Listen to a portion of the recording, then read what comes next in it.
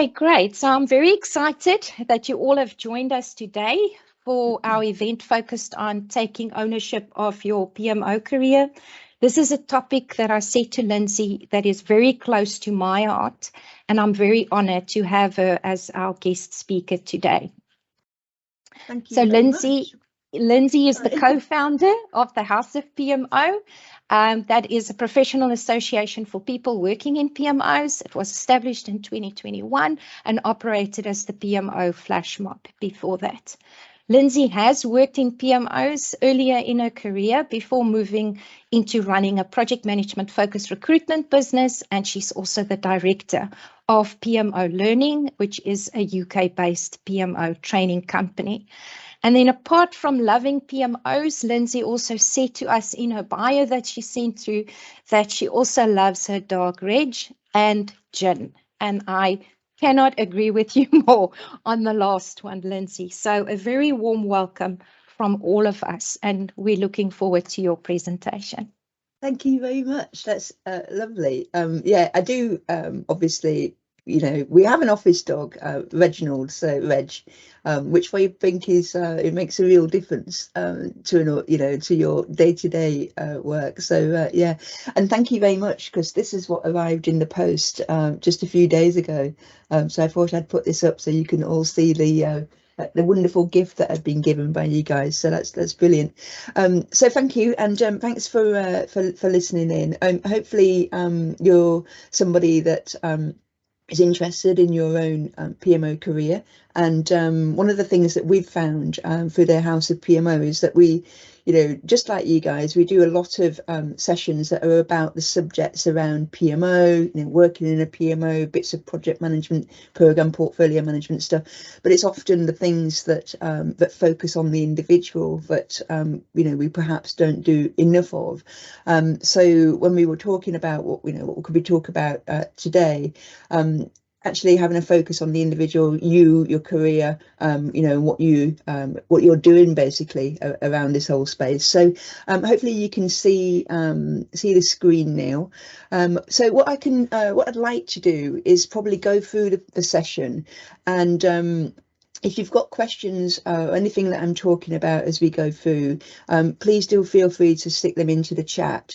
I've also got Eileen is on the session as well. Eileen is my co-founder with House of PMO, so she'll be able to answer some of the stuff as well if I'm full flow.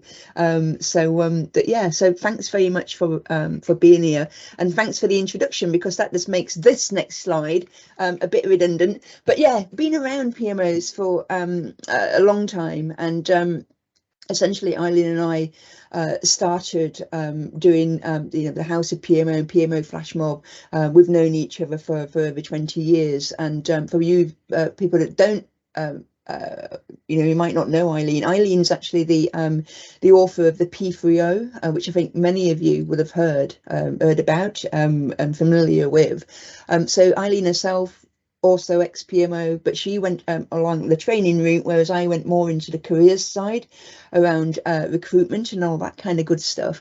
And then we've come together, and I think, you know, it makes a great mix of, you know, there's the whole profession and development and stuff going on around PMOs is just extraordinary. If you consider when we started out over 20 years ago, you know, all the chatter was about PMOs being, you know, supporting administration type function, and if you consider where we are now in the year 2023 and the kind of conversations we're having and talking to different PMO people and the variation of where people are working, types of PMO, the level of role that they're doing, the amount of responsibility, is just completely is wonderful.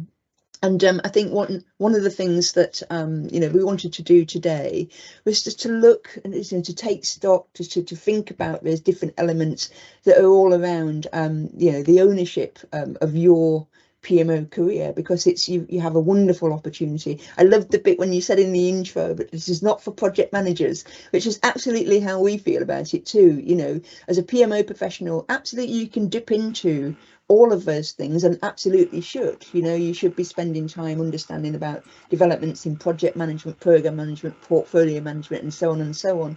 But you know, now's the time when actually we have to spend time focusing on our own subject matter, which is PMO. And I think we all know on this session today, but it is different from being a project manager or a program manager or whatever else. You know, it has its very distinct role and different opportunities within PMO. You never need to go and be a project manager, which is not the case. Didn't used to be like that. It used to be a case of you were passing through, you did a bit of supporting role on your way to being a project manager.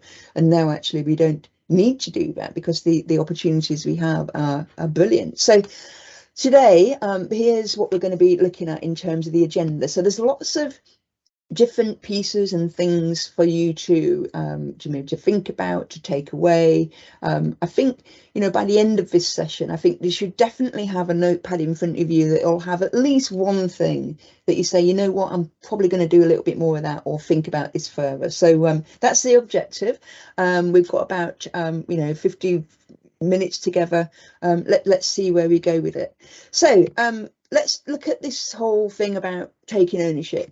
Now, as I said in the intro, I've worked around recruitment of PMO people for about 20 years. And one of the things that I'd found over the years is that as PMOs were developing and people, you know, coming into that profession and wanting to, you know, to get on in that life, one of the things I'd found was that often people were not thinking about life outside the current organisation that they were working within. And one of the things I'd learned was that actually PMOs obviously vary from organisation to organisation. So from a career point of view, if you're working within one organisation and for whatever reason you're wanting to move on into another organisation, so actually PMOs are different, and therefore the work that you've been doing, the skills and the experience that you've built have been very specific to that organisation. But actually, when you come to leave, there's a completely different kind of opportunity available to you somewhere else. So this is about being able to think wider from where you are at the moment. So, you know, we talk about career plans and career mapping, which we will go into today. But the reality is that, you know, if you're working within a PMO role and it's something where you've made it it's going to be your career, it's something that you absolutely love doing, you know, it's about being able to take ownership of that rather than it being led by your organisation. You know, it's not just about the organisation that you're in today, but it's also thinking about where you might be next week, next month, next year, 5, 10 years, all of that kind of good stuff. So from a taking ownership point of view, why do we call it, and why have I, you know, this particular session about taking ownership of your career? It's about these kind of things. And you know, I know that people, you know, again, you could be working on a particular company or opportunity right now where you're using a certain set of skills, while some of your other skills are not getting utilised as much. And there'll be some skills that are required in some PMO roles that you've not even touched on yet in your career. So there's that kind of thing about, well, you know, what have I got today, but am I making sure that I'm thinking about what I might need tomorrow? But also taking ownership is about being able to perhaps realise some of your aspirations, because I think many people just fall into opportunities. You know, you go for a new job, you think, well, it's a PMO role, it's about setting one up, or it could be working within an existing, you know, quite mature PMO, or, you know, you kind of tend to fall into things because, you know, life sometimes dictates that we have to take the next job because of, you know, money and all of that kind of thing. But actually sometimes when you have the opportunity to think about, well, what is it that I'd ideally like for my next opportunity? What elements should it have? You know, where do we, you know, how do I want to grow? You know, what have I got now, and what is it that I really want to try to get into next time? So it's about, you know, the aspirational stuff around it. Sometimes actually taking ownership is about reducing the stress that goes on in terms of a career, which is, you know, again, taking control is better than leaving it in the hands of somebody else. I think many people, what I've learned from, you know, running PMO Flashmob, House of PMO Learning, doing the recruitment around PMO for a number of years, is that the people that are working within PMO, the ones that do particularly well are the ones that really love it. I think you have to have a bit of a passion for this kind of stuff. It's one of those jobs which is, you know, we're all biased. I know I'm preaching to the converted already, but it's about you know, being able to really love what you're doing because of the mix of the kind of people we're working with on a day-to-day basis. It's a very people-orientated job, but also it's got a bit of analytical stuff. We've got a lot of gripes and challenges that we need to overcome. You know, you really have to love what you're doing, and I think when you can take ownership, you can do more of the stuff that you love. You know, when you recognize that actually, you know, I think I'm pretty good at this aspect of PMO. I want to do more of this because I know that I'm really brilliant at it. So that's the kind of thing that, you know, ownership's all about. It allows you to make things happen and you don't just fall into stuff. And like I said, you don't rely on somebody else. I mean, this is the issue, I think, with a lot of organisations, is that they take their employees' careers into their hands. You know, this is the training courses that we want you to do. When actually, you know, not many people understand about PMOs. You know, they're relying on you to be able to say, actually, no, that particular bit of training is probably not right for me because of X, Y, and Z, and this is what I'd recommend in its place. Yeah. So that's the kind of thing. It's you know, we've got to recognise that actually PMO is still one of those jobs that not many people in the business understand what we do. And certainly not in terms of the HR departments and those people that are looking at things like career planning and all that kind of thing. So, you know, we have to stand up and own it. So taking ownership.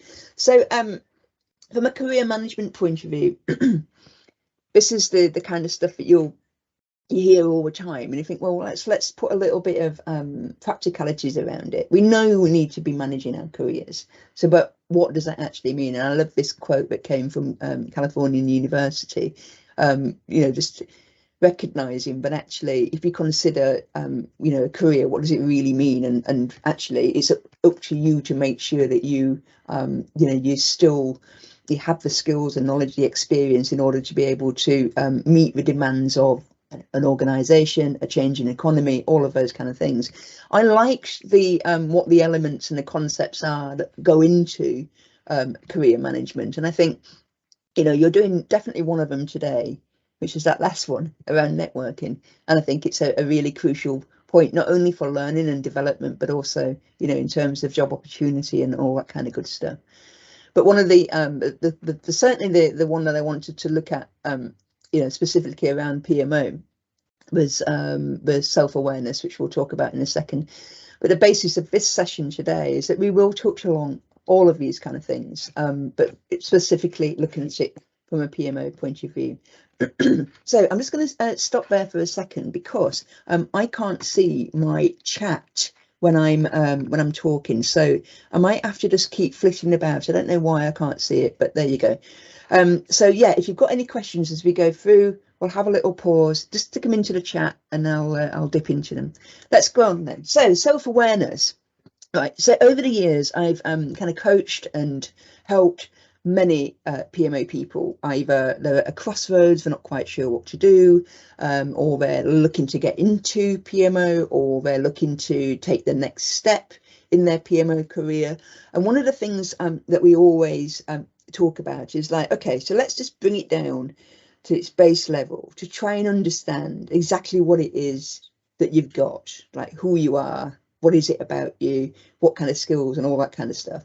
And I one of the sessions I've done over the years is obviously people always like to you know, how do I put together a decent CV, and you know, how do I apply for a job and all that kind of thing.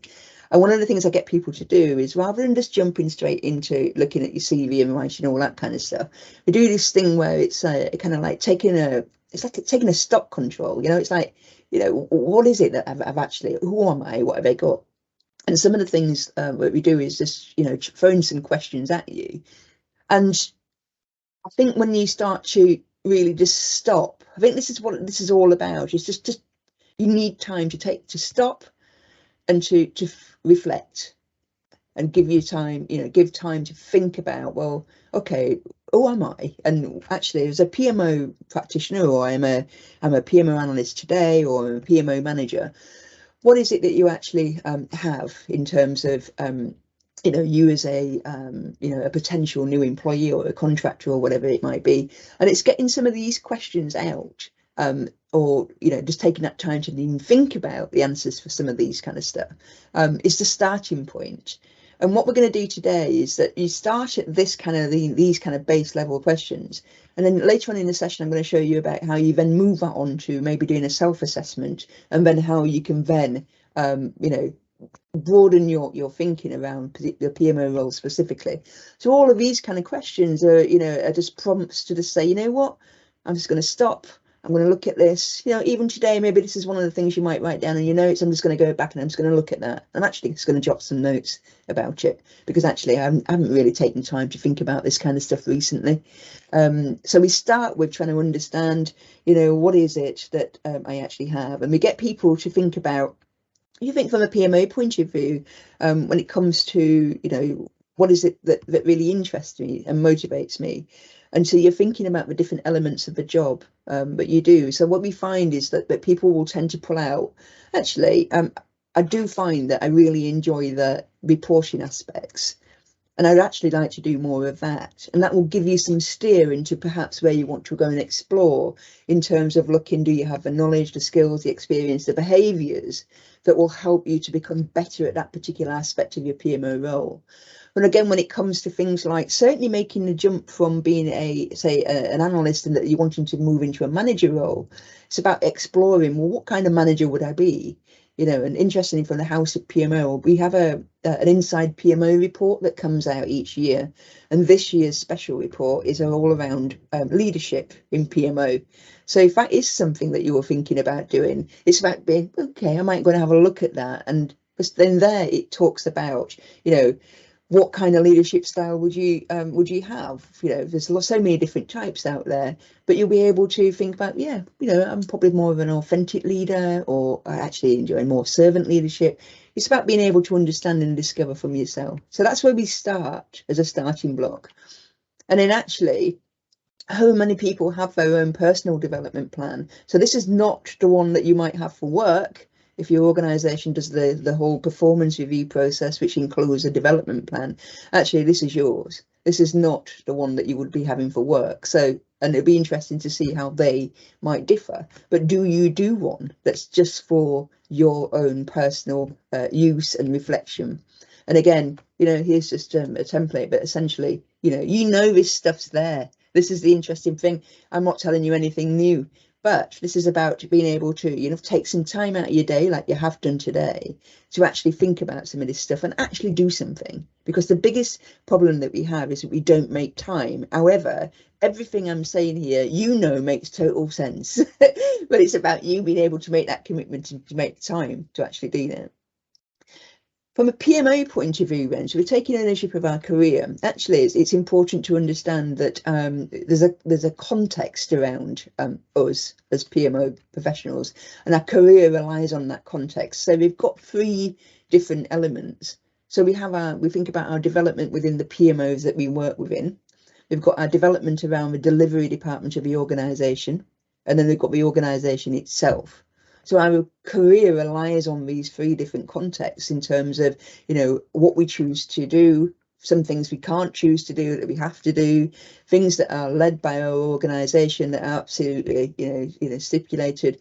If you think about, we did a session, and the thing behind me that's still on the wall here, we did a session about low maturity, which was talking about PMOs that you might be operating in a low maturity organisation. So when it's talking about our development within the delivery department of the organisation, often our PMO careers are impacted by the kind of project management our organisation's doing. I'm sure we're all familiar with the maturity assessments of organisations, so our PMO is impacted by, we're probably not the best at delivering projects because our project management, culture is quite mature still, it's quite new, but that impacts us, it impacts our job in terms of the PMO that we're operating within. and ultimately it impacts us as an individual because of the things that we can be that we're doing today that we might not be having the opportunity to do because our organization doesn't need it, doesn't want it, or is not ready for it. So you can start to see how context of these things can really impact on how we take ownership. What I want to also think about is if you can bring it down to a PMO point of view, our ownership of our career is also impacted by the PMO itself, obviously, and what our PMO is offering, what services it offers, obviously directly impacts us as individuals, because these are the areas that we may be strong in, we do a lot of, things that we're very weak in because we don't do it enough, and things that we absolutely know nothing about because it's not part of the PMO that you're working within today. But actually, who knows what's going to be happening tomorrow or next year. So this is just thinking about it from a P3O point of view. So I mentioned that Eileen's on the session as well. That any P3O questions you've got, yeah, you can drop that into chat right now. But here is just getting you to think about from a P3O point of view. So this is the Project Program Portfolio Office best practice standard that came from Axelos and now People Search.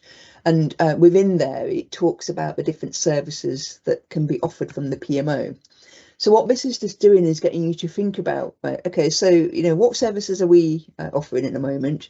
And then within that, where's my strengths, my weaknesses, my gaps, all that kind of stuff. But also you look at this and you think, well, yeah, actually, we're not doing enough about X or Y, or, we're not really touched on benefits management yet. So actually, I know it's a thing. We know that it's an offering from a PMO, but our organisation's not using it. But actually, for me as an individual, a professional within PMO, I'm going to go and do some reading around that. I need to understand whether actually it's something we should be doing in our PMO. It's something that actually we should be bringing to the attention of a senior exec or project manager or whoever it might be.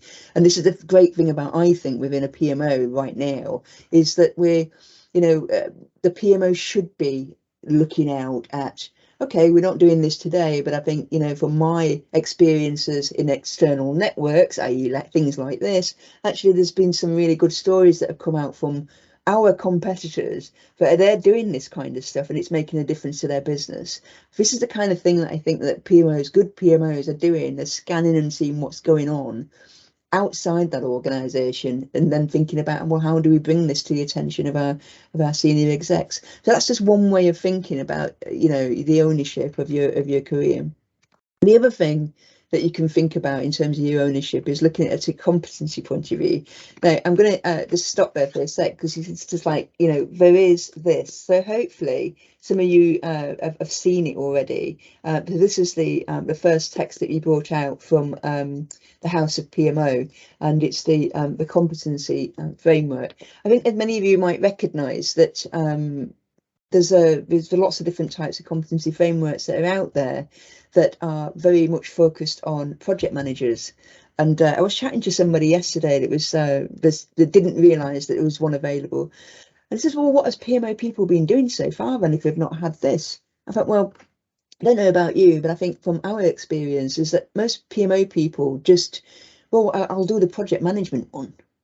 So I'm just going to test my assessment on my project management knowledge. But there's nothing there in terms of, well, I don't deliver projects, I'm not a project manager. So yeah, competency framework can only take me so far. So actually, this is the reason why, and it's been a project that Eileen and I wanted to get off the ground for many, many years, and people said it couldn't be done. It couldn't be done because PMOs are all different, and how do you take into account the different types of PMOs and the different levels of roles within it? But it can be done, and what this session, the competency point of view is getting you to think about is there are classed to be different areas of competence required to do the different kind of PMO roles well, and so within the competency framework, I will go into a little bit more detail about this, but essentially it brings in the different elements that there'll always be administration, so there's competence around that. It's PMO management, there's the competencies around setting one up, delivering them, changing them, closing them down. Vast majority of probably for a lot of people, certainly working around the analyst level type role, is your delivery support. So that's supporting projects and programs and all of those kind of different elements that are there. And then also the P3M enabling is like when we think about kind of centre of excellence type work, where you're setting up the ecosystem to make projects successful. So you might call it a centre of excellence, you know, some people just call it, you know, but it is just a PMO. But essentially those are the things that you're putting in place, like the governance frameworks, the assurance, is where the methodologies and delivery things are in, you know, so that aspect of it. So the switch here is that you're, you know, from a PMO point of view, yes, absolutely, you need to know about project management, program management, portfolio management, but actually you have a very unique and different way of interacting with all of those kind of things. Not only that, but you include leadership and management, a bit of change management, a bit of business analysis, We have our fingers in many pies. But yes, it is complex to do an assessment for PMO people, but it's achievable. It is done and it is available. The other aspect of it is that it's not just competence. So if we're thinking about owning our career, isn't it useful to actually understand where I am in terms of my skills and development, you know, around my PMO work? And this is what it allows you to do. But we'll talk about the assessment in a second. So alongside competence, we also, as a professional, need to understand about knowledge, skills and behaviours, because competence is not the only thing that's going to take us you know, far or doing really well in our careers. It's these aspects as well, and these again come out of the competency framework, and these are about you know, the elements that go alongside it. So again, we'll come back to this bit and we'll just pinpoint this in terms of when we talk about the assessment. But you can see that, you know, you can it doesn't matter where you're working, what kind of business you're working within, but all of these things are applicable to you. So, you know, even though PMOs themselves can be considered to be unique, actually, there's quite a lot of underlying things that are very, very similar, regardless of where you're working. So this one, I don't know if you're familiar with the PMO value ring. This is, you've just been talking about the awards there for the Global PMO Awards from Global Alliance. So this is the work that Americo Pinto did. And this is specifically thinking about value. And the value ring is what you're looking at the moment. And then when we first looked at this kind of stuff, it's again, this is about why the PMO exists, why it's there, you know, what does a customer want from it? What, in other words, what does our organisation want from the PMO? And this is this link through all the chatter. I'm sure it's the same in South Africa. It's certainly the same with the House of PMO crowd, talking about value, that the PMO has to, you know, provide value, and, you know, the V word is where it's all at. But what this is actually getting you to think about is, well, what is the point of the PMO within an organisation? And if you look at the value ring, then it gives you some insights into if this is what organisations are wanting, and this is from his original research. If this is what they want from a PMO, am I, as a PMO professional, you know, if I look at some of these things, you know, can I do this? Can I deliver this kind of stuff? Is there anything in this that makes me think, actually, yeah, perhaps I do want to get better at being able to interact with sponsors, or I need to do better at being able to work with our third parties and suppliers, or, you know, whatever it might be. Again, it's just giving you some insights into, yeah, okay, I might need to have a look at that a little closer. And then we've got even wider than that is this, you know, stuff that is going on all the time, where, you know, today in your context of your PMO, you might not be doing anything around portfolio management. You know, that's the thing that we often find with the members at the House of PMO. You know, they might just be working around a program, but they meet up with other people and they hear of us talking about portfolio management, and they think, good, you know, that sounds really interesting. I'd like to go that way, I think. You know, so again, that's why the networks are important. That's why, you know, I'm not advocating that you move organisations. However, you know, that's the beauty of being able to work around PMOs, is that you are more likely to be able to move from different organisations because of the, you know, it's not like being a project manager. When it comes to recruitment around project managers, organisations always seem to want a project manager that's delivered a similar project before. When it comes to PMO, it's not the same. what we're looking for is somebody that's worked on a PMO and or perhaps is working at portfolio management, or knows how to do reporting, or knows how to plan, you know. So it's less important. So you can you get different experiences just by moving into a different industry or a different organization. But these are the you know, the kind of things that you think about. It's, you know, where do I want to go? And one of the things we've always been really you know, really, but you don't have to move up. This is the other great thing about PMOs. The path for around a PMO is just so different and diverse. And like I said, when I first started working in this 20 odd years ago, you kind of worked at that top bit there where you went to maybe a project administrator, project coordinator, and then you went down the project management route. You might, you know, that's all that our organization that we're working for, that's all they could see. That's all it went. But actually, if you look at it now, there's different places and avenues to go. And you can see there that, you know, there's the whole PMO route. So the competency framework covers 4 different roles, which is the admin, the analyst, the manager, and the director. You know, so again, that kind of stuff didn't exist. It exists absolutely now. And it's something that you can work within without ever having to be a project manager. However, some would advocate that, you know, sometimes it is good to maybe go out, manage some projects, maybe go the program manager route, and then come back in at a higher level in terms of PMO. So there's different things, aspects there. What we're also finding with PMO careers as well is that some people are taking that opportunity to actually, you know what, it's really giving me a taste for doing more of a kind of like business analyst type role. There's some big overlaps in terms of the kind of skills, transferable skills there. So if you're wanting to take more of a business route, again, PMO is a good place to start.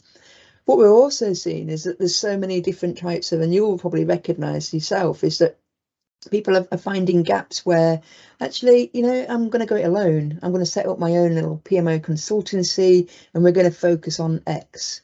And you know, I've found in my marketplace that, but actually organizations are struggling with the setup of PMOs. You know what, I think I might go it alone and think about a PMO consultancy type business where that's going to be my specialism, but I go in and I set them up. And then you've got things where actually, you know, people have just taken themselves like out of this and set up their own businesses, because what better grounding could you have to set up a small business that could be about anything? Is the fact that you've got a really good grounding around project management, program management, business, leadership, you know, all of those great things. So it's just, you know, it's got a great grounding. And again, you don't have to be moving onwards and upwards.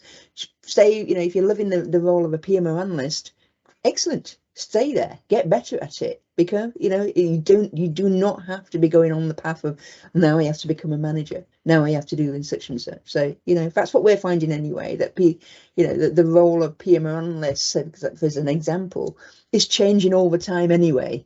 So it's not like you have to go out and find another role to keep you satisfied. There's so much stuff coming down the line, and this is highlighted by this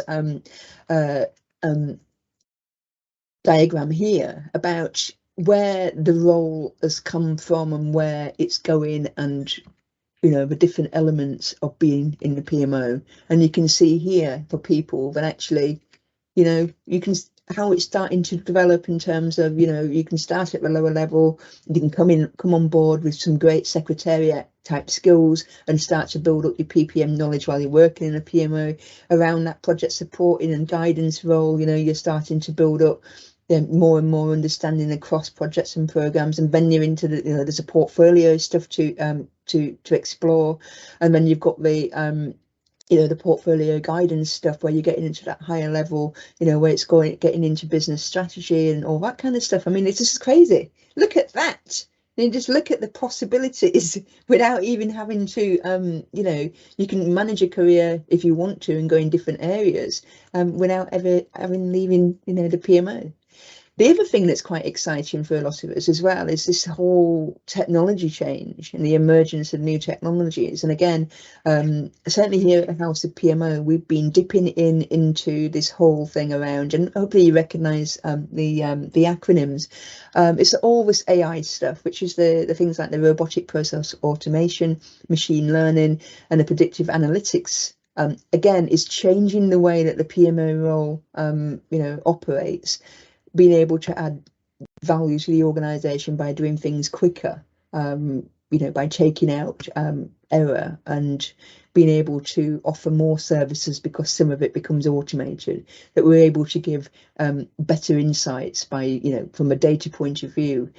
All of that kind of stuff's very exciting, and again, is a great opportunity because it's coming down the line. And, you know, and if that's something that really floats your boat, you're going to find that actually over the next 10, 20 years, that this is going to be major stuff within project management. So again, it's coming out of the PMO. These are what we find is that it's the PMOs today that are starting to get curious about it and are starting to run little projects and little experiments themselves to see whether this has got legs within their organisation. So that, you know, it's a really interesting interesting area, and we're really excited to see where it's going to go.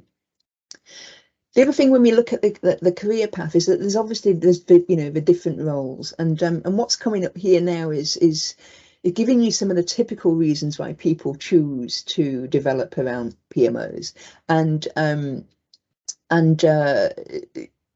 that's the other thing, you know, in terms of you thinking yourself about taking ownership of your own career, is, well, what is it, you know, what is it that I actually do want to do now? You know, if I've been doing this particular role for maybe 2 or 3 years, actually it's feeling a little stagnant because, you know, the organisation's not really wanting to change much right now, or, you know, we're still trying to recover from the pandemic, and, you know, things are, it's not right.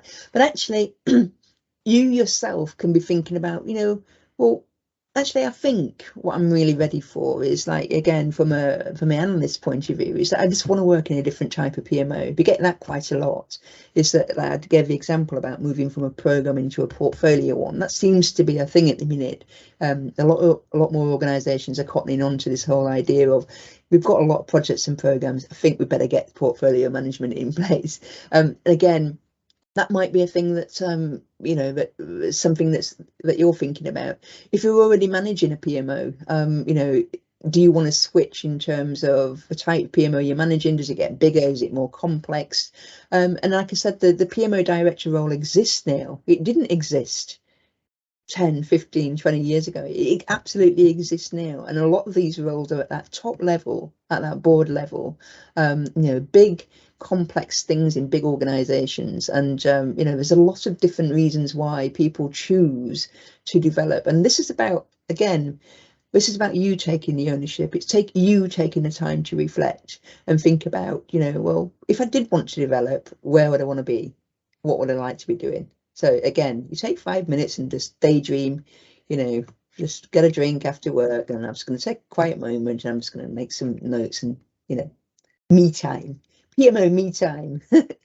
So again, when we've done this kind of stuff, it's the image is maybe a little grainy, but again, you can we've got a PDF version of this, and this is basically just getting you to think about the many paths, the many twists and turns that you can take around PMOs and what's involved and where you can get involved, and, you know, actually, you know, is it leadership and management, or that might lead down to, you know, coaching and mentoring, or is it actually I want to do more around program management, so I need to be thinking about, you know, maybe skills around benefits management, dependency management, you know, or is it project management that I need to get better? It's just lots and lots of different avenues and twists and turns. And I think, you know, we like that diagram because it just means we've been able to just go, bleh, this is all the stuff that, you know, people who have been members of House of PMO have said, yeah, we want to know more about this. We talk about this, can we do, you know? So these are it's just pictorially, it's just really interesting to, you know, how could you be bored working in a PMO when you can go at some of this kind of stuff? One of the things that I think, if you're working in a large organisation, they've probably got all of this kind of stuff sussed, that you're on a career path, mapping activities that go on. But I think the important thing here is that, you know, whatever your organisation is doing, you also have to think about your own individual career map. Because again, it's not just about today. I think we know that nobody's in a job for life anymore. think that got left behind years ago. That it's highly likely that at some point you're going to move on, even if you feel really comfortable in what you're doing and you love your organisation. Chances are it's going to change at some point. So again, it's about being able to keep that individual career map, that individual personal journal, for want of a better word.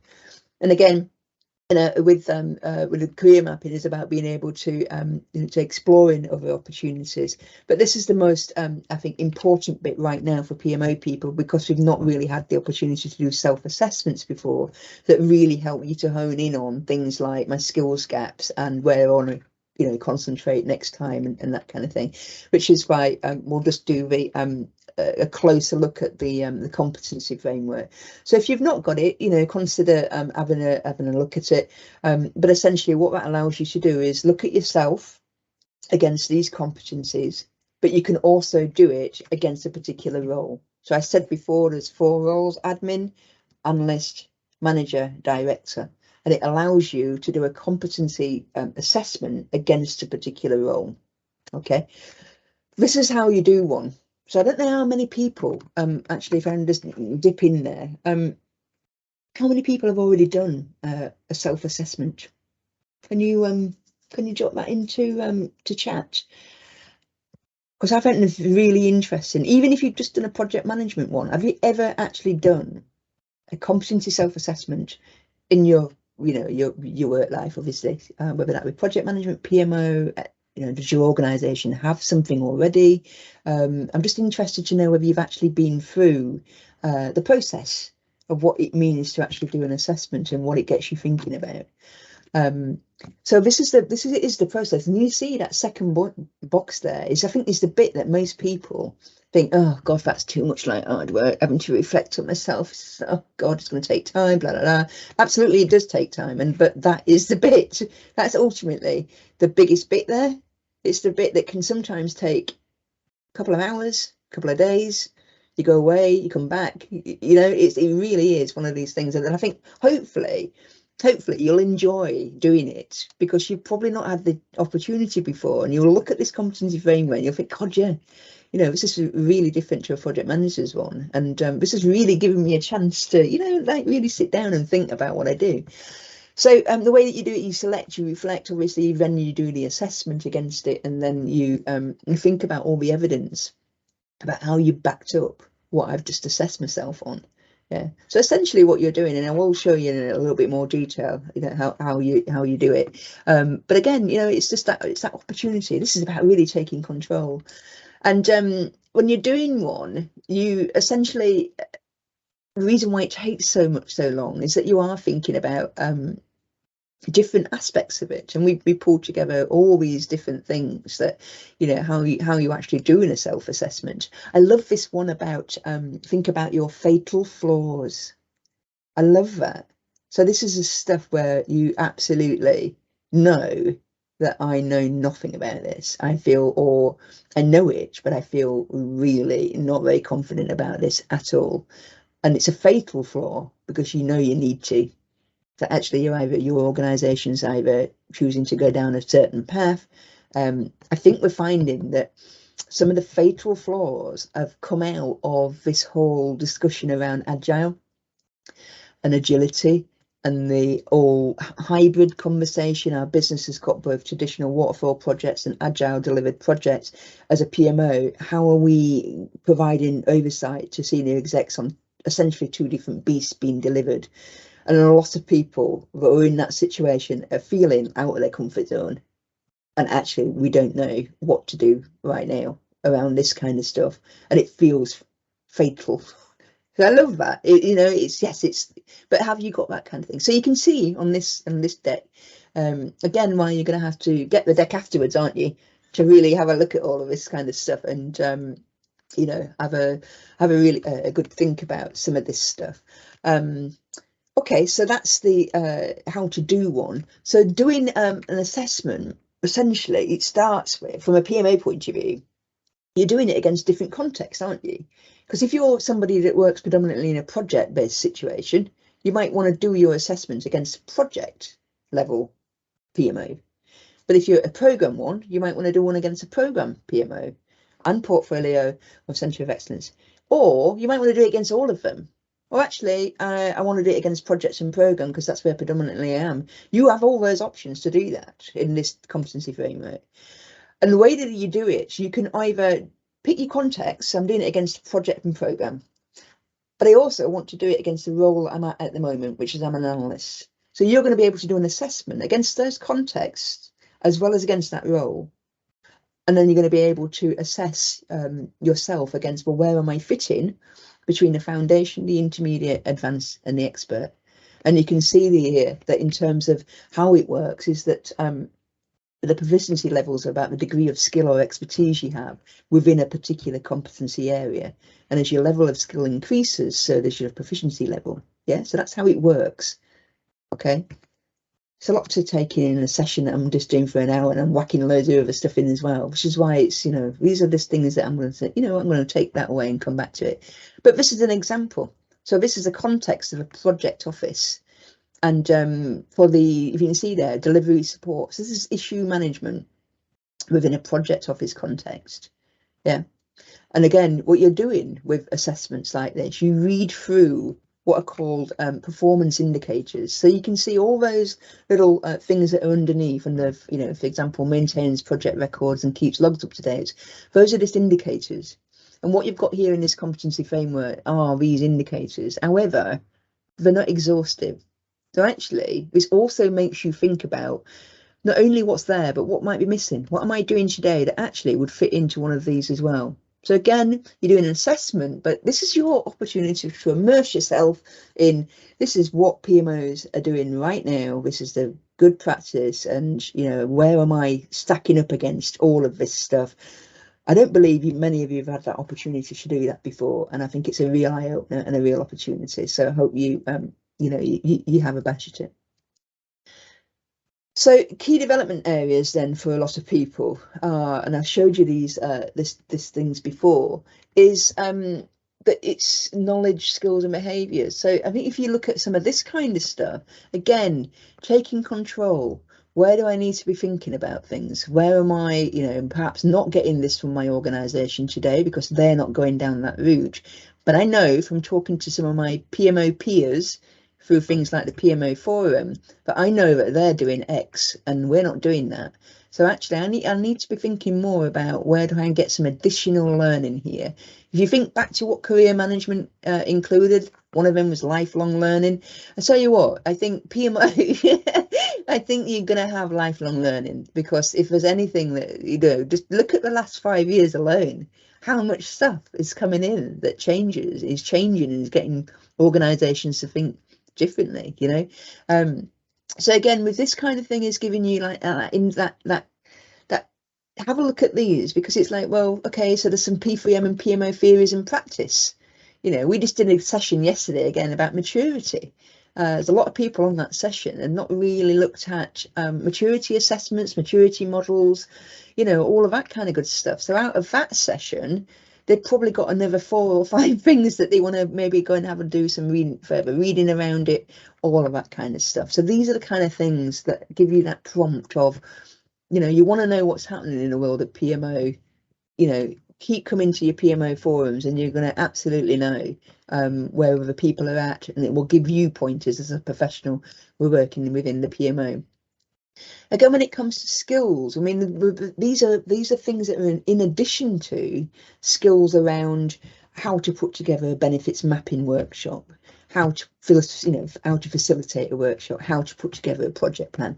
These are in addition to. These are the things that allow you to do the job.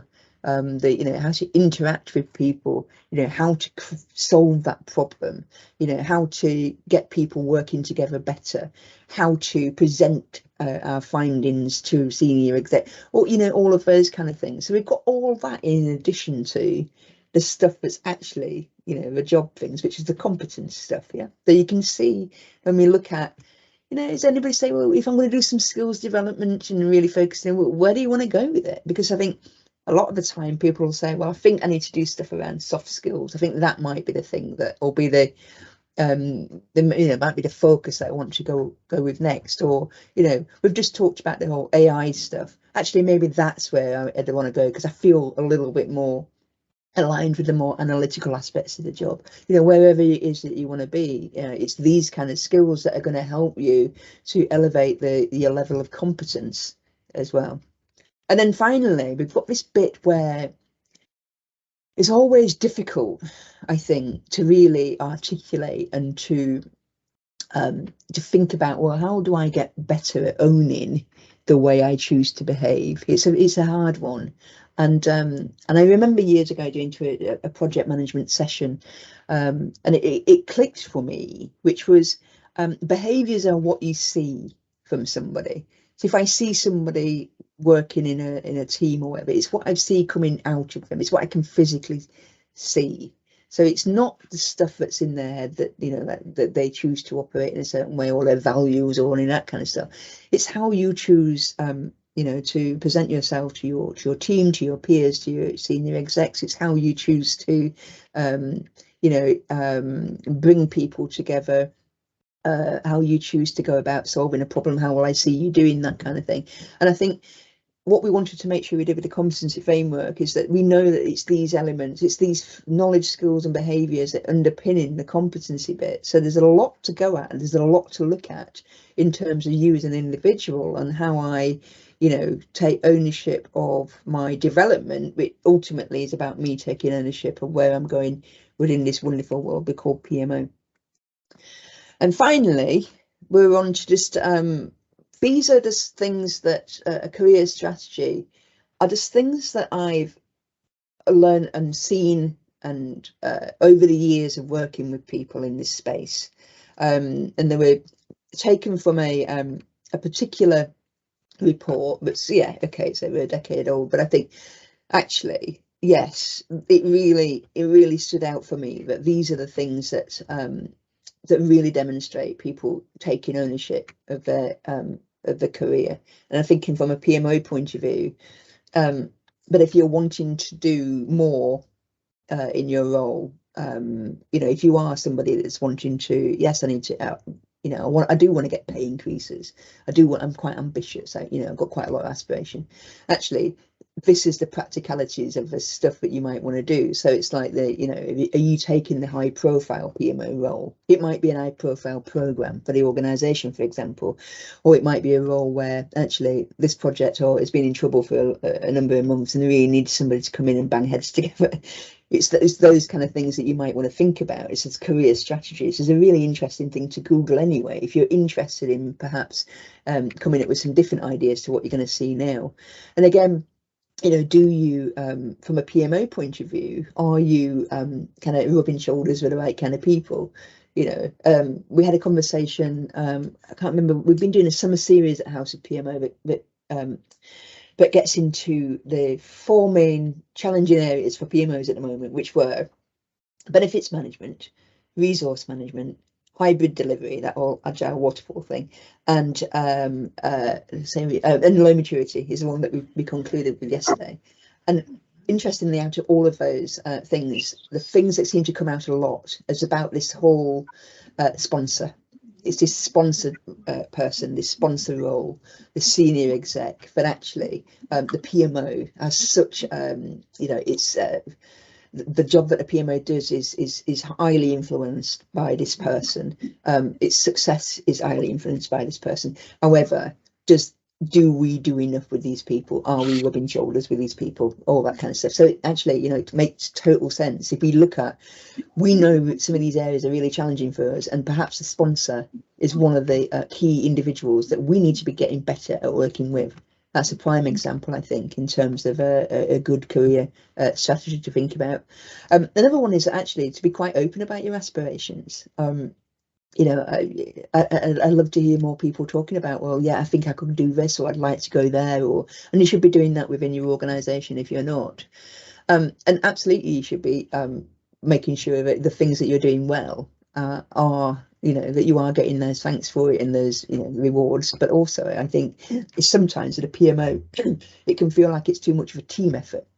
And actually, sometimes we do need to recognise the individuals within it are special, going above and beyond, or doing something particularly brilliant. You know, and again, if that's you, you know, you've got to finding that visibility for the things that you are doing.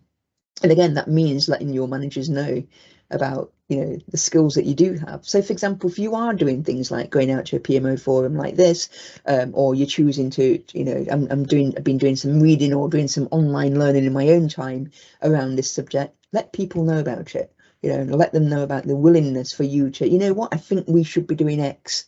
Can we think about maybe, running a small pilot thing to see whether that's going to work? It's that stepping up. It's about being able to really show that value of PMO. Keep looking for those opportunities and keep your eyes and ears open. I'm not talking about outside necessarily, it's within the organisation as well. So keeping those eyes and ears open to what's going on. And I think this is another interesting one, is that people that are generally quite good at managing their role within the PMO. I think it's quite a political role sometimes as well, because of the many interfaces that you've got, the kind of people you're trying to keep happy, sometimes the people that you've got to challenge, all of that kind of stuff feels very political.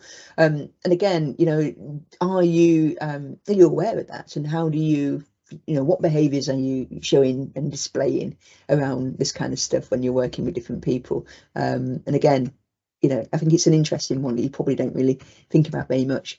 But again, the final one is, I think with anything about taking control of your career, sometimes you're going to get out of your comfort zone. You're going to be trying new things. There's going to be, there's going to be stuff that's thrown at you and say, actually, I think, as a PMO team, we need to be doing X. And you'd be like, okay, this feels like a fatal flaw on the horizon. No, it's not. It's about being able to, don't be afraid to ask, because even though what we're talking about here, and we say about taking ownership, this is not about you knowing it all. Yeah, this is just about you being able to have a little bit more control and, in your career and where you're going to take it in the PMO. And as we've said, hopefully over this whole session I've just done, it's given you much food for thought in terms of how you can be thinking about where the ownership is and where it's going.